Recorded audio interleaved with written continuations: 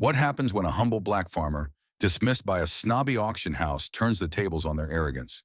In a twist that no one saw coming, the man they ridiculed walks away with the one thing they prize the most.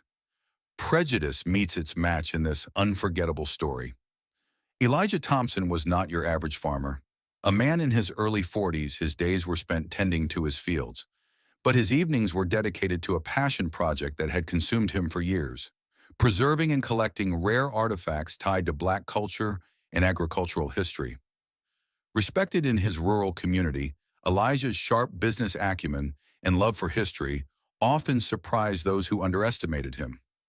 Today, Elijah found himself far from his farmland, standing at the grand entrance of an elite auction house in the heart of the city.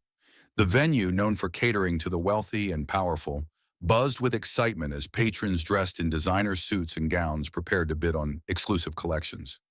Among the items up for auction was a rare assembly of historical farming tools and artifacts, a collection Elijah had long sought to add to his growing museum of black heritage. Despite the opulence surrounding him, Elijah exuded quiet confidence, dressed in clean but simple attire that spoke more of practicality than wealth. As he approached the auction house doors, his determination was met with cold disdain. "Can I help you?" asked Charles Whitaker, the auction house's impeccably dressed manager, his tone dripping with condescension. Charles was known for his sharp eye for wealth and an even sharper prejudice against those who didn't fit his image of affluence. "I'm here for the auction," Elijah replied evenly, meeting Charles's dismissive gaze. Charles's smile was thin and insincere. "This is a private event. I believe you may have the wrong place." The implication was clear, and whispers from nearby patrons didn't help. Elijah stood firm for a moment, then turned and walked away without a word, his expression unreadable. Beneath his calm demeanor, however, determination burned. Charles had just made a grave mistake, one that would ensure Elijah left his mark on this auction in a way they'd never forget. Elijah Thompson walked back to his car, the sting of humiliation fresh but not overpowering. Years of facing subtle and overt prejudice had taught him the value of composure in moments like this. He sat behind the wheel, staring at the ornate facade of the auction house. The manager's dismissive attitude might have been enough to deter others, but Elijah wasn't like most people. Inside the grand hall, Charles Whitaker basked in the approval of the elite clientele. He regaled them with exaggerated accounts of the out-of-place farmer who had dared to approach. Laughter filled the room, a cruel chorus that only reinforced the exclusivity Charles prided himself on maintaining. Unbeknownst to them, Elijah had no intention of letting the snub deter him. Pulling out his phone, he made a call to a trusted associate, someone well-versed in the world of high-profile auctions. Together, they formulated a plan. Elijah would remain in the background, while his associate, a familiar face in such circles, would act as his proxy bidder. Elijah's network and financial resources were the fruits of years of hard work and wise investments. He'd spent years building connections in the art and history preservation world, and now those connections would serve him well. His associate secured a position in the auction, ensuring that Elijah's name would not raise suspicion. As the evening progressed, the auction house filled with the hum of anticipation. Charles, confident that the crowd consisted only of his carefully curated elite, stood at the helm, ready to oversee the evening's proceedings. Among the prized items was the rare collection of historical farming artifacts that Elijah had come for, a collection he knew held immeasurable cultural and personal value. From his vantage point, Elijah watched the event unfold via a live stream on his phone. He carefully tracked the bids, directing his associate to outbid competitors at critical moments. The stakes climbed higher, and murmurs rippled through the crowd as the collection's price soared to unprecedented levels. Charles, initially smug, began to notice the unusual intensity of the bidding war. He couldn't place the mysterious bidder, but assumed they were another wealthy collector, someone befitting the auction house's standards. Little did he know, every bid brought the collection closer to Elijah's grasp. Elijah's strategy was simple yet effective: outsmart them on their own turf without ever stepping foot inside the building. His calm resolve stood in stark contrast to Charles's growing unease, as the prized artifacts slipped out of reach for the other bidders. By the end of the evening, the final bid was placed, and Elijah's associate secured the collection. Gasps filled the room as the auctioneer announced the winning amount, the highest of the night. Charles, though pleased with the sale's success, couldn't shake the nagging curiosity about the bidder. Who was this mysterious collector who valued the artifacts so highly? His satisfaction began to waver, and a sense of unease crept in. Meanwhile, Elijah smiled to himself. The first step of his plan was complete. What happened next would leave Charles and the entire auction house utterly speechless. The auction room buzzed with energy as attendees took their seats, ready for the evening's most anticipated item, the rare collection of historical farming artifacts. Each piece in the collection told a story of resilience and heritage, and the crowd, consisting of wealthy collectors and investors, eagerly awaited their chance to claim it. Charles Whitaker, standing at the podium, scanned the room with a satisfied smile. To him, this auction was a testament to his ability to attract the crème de la crème of society. He began the bidding with a flourish, confident that the competition would stay within his carefully curated circle of elites. Elijah Thompson, however, was not in that room. Seated in his car a few blocks away, he had the live stream pulled up on his tablet, the glow of the screen illuminating his focused expression. His proxy bidder sat calmly among the attendees, blending seamlessly with the crowd. Elijah gave quiet instructions over the phone, prepared to push the bidding as far as necessary to secure the collection. The opening bid was modest, a polite entry into what Charles expected would be a fierce battle. True to his expectations, hands shot up as the price climbed steadily. The energy in the room intensified as familiar faces vied for dominance, their eyes gleaming with determination. Elijah's proxy entered the fray with a subtle gesture, raising the stakes. The increase was significant enough to draw attention, and the room buzzed with murmurs. Charles, observing from the podium, smirked, believing the bidder to be another affluent collector. The bids escalated quickly. Each time a hand went up, Elijah's proxy matched or exceeded the offer without hesitation. Elijah, watching closely, felt a quiet satisfaction as he saw the collection inching closer to his grasp. He instructed his proxy to stay calm, letting others exhaust themselves before delivering calculated increases.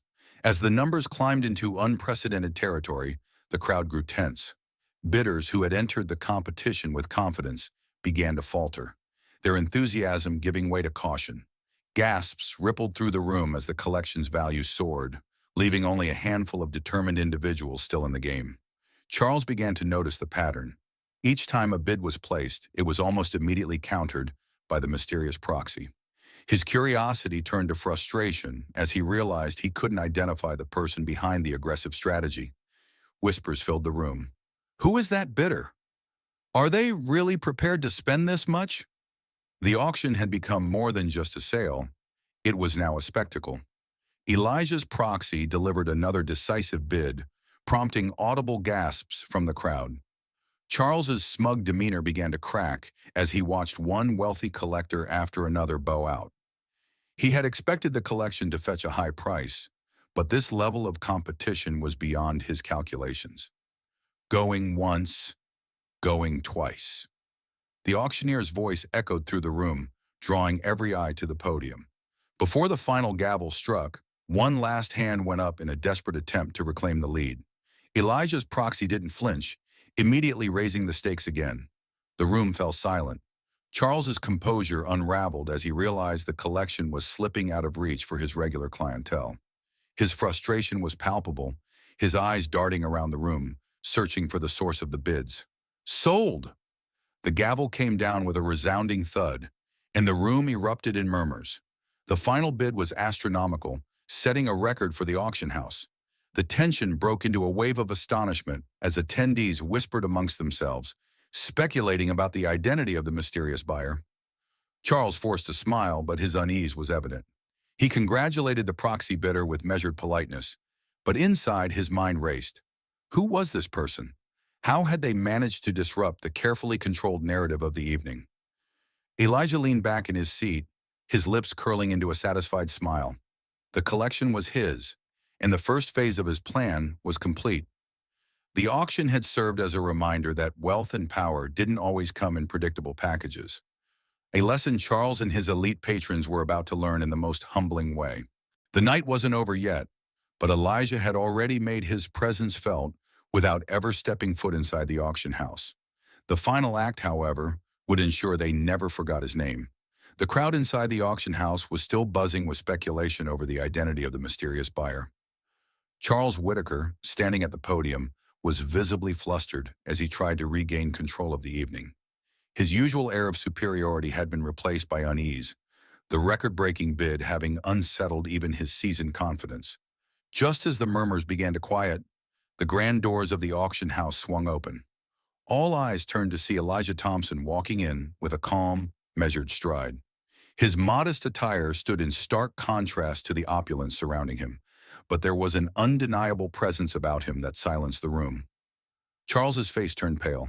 His mouth opened, but no words came out as he realized who had just entered. The out-of-place farmer he had dismissed earlier was now standing before him as the buyer of the most valuable collection of the evening. "Elijah Thompson," Elijah introduced himself, his voice steady but commanding. "I believe I need to finalize the paperwork for the collection." The room erupted into hushed whispers, the weight of the revelation sinking in. Charles stammered, his polished demeanor unraveling. "Mr. Thompson, I didn't realize." "You didn't realize I was capable of participating in your auction?" Elijah interjected, his tone firm but devoid of anger. "Or did you simply judge me by my appearance and assume I wasn't worthy of stepping through your doors?" Charles struggled for a response, his earlier arrogance now replaced with an awkward attempt at contrition. I must apologize if there was any misunderstanding earlier. It was never my intention to." "There was no misunderstanding," Elijah cut him off. "Your words and actions were clear, but I'm not here to dwell on your prejudice. I'm here because these artifacts represent stories that deserve to be preserved and shared, stories that go beyond wealth and status." The crowd watched in stunned silence as Elijah's composed words carried a power that none could ignore. He spoke with dignity, explaining how the artifacts symbolize the resilience and contributions of Black farmers and the significance of preserving that history for future generations. "These pieces," Elijah continued, gesturing toward the collection displayed at the front of the room, "are more than just items to be displayed in a wealthy collector's home. They represent a legacy, one that I am determined to honor and share with the world." Charles fidgeted nervously, his earlier confidence completely shattered. The elite clientele, who had been so quick to laugh at Elijah's exclusion, now found themselves confronted with their own biases. As Elijah's words sank in, the room grew heavy with an uncomfortable silence. Elijah, unbothered by the stares, walked toward the auctioneer to finalize the transaction. The auctioneer, unlike Charles, treated Elijah with the utmost respect, his demeanor reflecting the weight of the moment. Charles, desperate to salvage some semblance of control, attempted to approach Elijah one more time. "Mr. Thompson, I assure you, this is not how we typically operate. I hope you'll consider us for future ventures." Elijah turned to face him, his expression calm but resolute. "If your operations are based on judging people by their appearance or background, then no, I will not consider you. Respect should not be conditional, Mr. Whitaker. It should be a standard." With that, Elijah signed the final documents, securing the collection that had drawn him to the auction in the first place. The transaction was met with applause, not from the wealthy elites, but from a few staff members and attendees who recognized the significance of what had just transpired. Elijah turned to leave, the weight of the prize collection now his responsibility. As he walked out of the auction house, his steps were measured, his demeanor unchanged. He had no need to bask in triumph or seek validation. His actions and words had left an indelible mark, one that no amount of money or privilege could erase. Charles, left standing at the podium, was a picture of humiliation. The man he had so casually dismissed had not only outsmarted him, but had also exposed the shallow attitudes that permeated his world. The evening had started with laughter at Elijah's expense, but ended with the profound realization that wealth and status meant little without integrity and respect. For Elijah, the night was not just about securing the artifacts, it was about challenging the narratives that had long dismissed people like him. And in that, he had succeeded. The story of Elijah Thompson's remarkable evening at the auction house quickly made its way into the public sphere. Guests who had witnessed the incident shared the details on social media, describing how a humble farmer had not only outbid the elites but also called out their discriminatory behavior with grace and dignity. The story garnered widespread attention, sparking conversations about inclusivity and respect in traditionally exclusive spaces like high-end auction houses. Media outlets picked up the story, framing Elijah as a symbol of perseverance and quiet power. Headlines praised his ability to dismantle stereotypes, and interviews with attendees highlighted the glaring inequities that had played out in the auction room. Many hailed Elijah's actions as a turning point, one that forced institutions like the auction house to confront their biases. For Elijah, the victory was about more than the artifacts he had acquired. Soon after securing the collection, he announced his decision to donate several key pieces to a prominent museum focused on Black history and farming heritage. This gesture resonated deeply with the public, showcasing his commitment to preserving the stories and contributions of Black farmers. The museum held a special exhibit in his honor, drawing visitors from across the country who wanted to witness the collection that symbolized resilience and history. At the same time, the auction house faced intense backlash. Critics called out its discriminatory practices, demanding accountability for how Elijah had been treated. Petitions circulated online, urging the institution to reform its policies and implement diversity training for its staff. Under mounting pressure, the auction house issued a public apology, promising to investigate the incident and take corrective action. Charles Whitaker, once the face of the auction house's exclusivity, became the focus of internal reviews. His condescending treatment of Elijah was widely condemned, both within the organization and by the public. After an investigation, the auction house announced that Charles would be demoted to a lower-ranking position. While they did not terminate his employment outright, the message was clear: discriminatory behavior would no longer be tolerated. Elijah's reputation, meanwhile, soared. People admired not only his success in securing the artifacts, but also his ability to maintain composure and dignity throughout the ordeal. His story inspired many, and invitations began pouring in from organizations and events eager to hear him speak. Elijah became a sought-after voice on issues of inclusivity, respect, and the preservation of cultural history. At one event, Elijah spoke about the power of artifacts to tell stories that history books often overlook. "These pieces," he said, gesturing to the farming tools now displayed in the museum, "carry the weight of generations who worked tirelessly to build a life despite the odds. Their story is one of resilience, and it's a story worth telling." Elijah's collaborations extended beyond the museum. Community organizations reached out, eager to work with him on initiatives to preserve Black heritage. He partnered with educators to create workshops and programs that highlighted the contributions of Black farmers to the agricultural industry. The auction house itself underwent significant changes. Diversity training became mandatory for all staff, and policies were restructured to ensure fair treatment for all attendees, regardless of their background. While these steps couldn't erase what had happened, they marked a step forward in creating a more inclusive environment. As for Charles, his demotion served as a humbling experience. No longer in a position of unchecked authority, he was forced to reflect on the biases that had shaped his actions. Whether or not he truly changed remained uncertain, but his fall from grace sent a clear signal to others in similar positions. Prejudice had consequences. Elijah, however, was not one to dwell on the downfall of others. His focus remained on the future. The artifacts he had secured were now part of a legacy that would inspire generations to come. The backlash against the auction house had opened doors for broader conversations about inclusivity in other elite spaces, sparking a ripple effect that extended far beyond that single evening. The farmer-turned-cultural advocate had not set out to make headlines or change an industry, but his actions had done just that. And through it all, Elijah remained true to himself, a man who valued history, integrity, and the importance of treating everyone with respect. Months later, the auction house announced a special event dedicated to celebrating inclusivity and highlighting the historical importance of the artifacts Elijah had secured. The event was designed to showcase the auction house's efforts to transform itself into a more equitable and welcoming institution. Elijah Thompson, the man whose quiet determination had sparked this change, was invited as the guest of honor. Elijah arrived at the event with his usual modest demeanor, dressed simply and carrying himself with the same quiet confidence that had become his hallmark. As he walked through the familiar doors of the auction house, now adorned with banners celebrating diversity, he noted the stark difference in atmosphere. The once exclusive space now welcomed a vibrant, diverse crowd, eager to learn and engage. The artifacts Elijah had fought so hard to secure were displayed prominently, accompanied by detailed plaques explaining their cultural and historical significance. Families, students, and community leaders wandered the exhibit, marveling at the stories of resilience and heritage the pieces represented. Amid the event's buzz, Charles Whitaker approached Elijah hesitantly. His once pristine confidence was now replaced with a subdued humility.